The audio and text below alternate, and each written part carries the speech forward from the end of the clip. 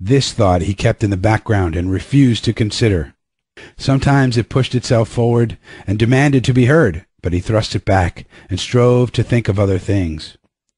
It struck him as curious that he could run at all on feet so frozen that he could not feel them when they struck the earth, and that took the weight of his body.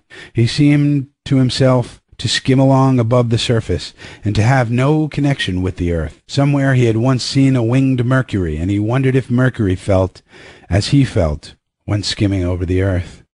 His theory of running until he reached camp and the boys had one flaw in it.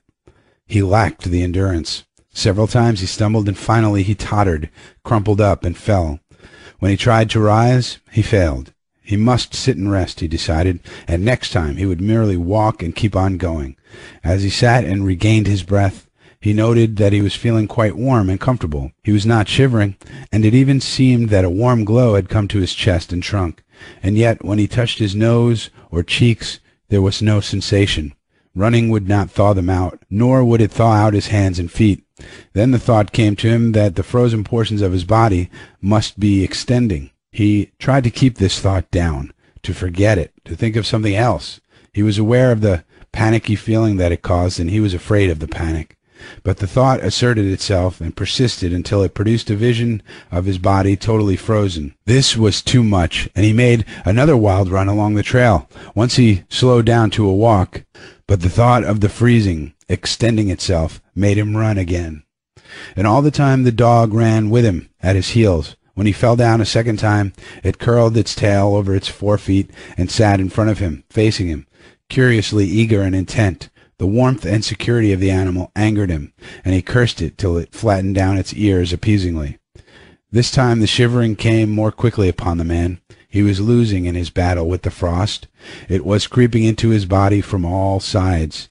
The thought of it drove him on, but he ran no more than 100 feet when he staggered and pitched headlong. It was his last panic.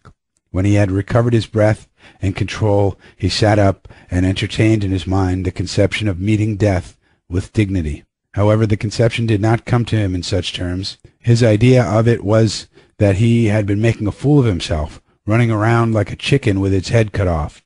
Such was the simile that occurred to him. Well, he was bound to freeze anyway, and he might as well take it decently. With this newfound peace of mind came the first glimmerings of drowsiness. A good idea, he thought, to sleep off to death. It was like taking an anesthetic. Freezing was not so bad as people thought. There were lots worse ways to die. He pictured the boys finding his body next day. Suddenly he found himself with them, coming along the trail and looking for himself.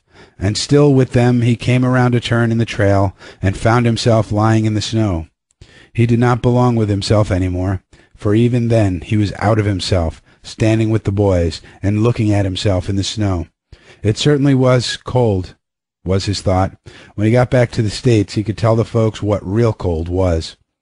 He drifted on from this to a vision of the old-timer on Sulphur Creek. He could see him quite clearly, warm and comfortable, and smoking a pipe. "You were right, old hoss. You were right," the man mumbled to the old-timer of Sulphur Creek. Then the man drowsed off into what seemed to him the most comfortable and satisfying sleep he had ever known. The dog sat facing him and waiting. The brief day drew to a close in a long, slow twilight. There were no signs of a fire to be made, and besides, never in the dog's experience had it known a man to sit like that in the snow and make no fire. As the twilight drew on, its eager yearning for the fire mastered it, and with a great lifting and shifting of 4 feet, it whined softly, then flattened its ears down in anticipation of being chidden by the man. But the man remained silent. Later, the dog whined loudly, and still later it crept close to the man and caught the scent of death. This made the animal bristle and back away. A little longer it delayed, howling under the stars that leaped and danced and shone brightly in the cold sky. Then it turned and trotted up the trail in the direction of the camp it knew, where were other food providers and fire providers.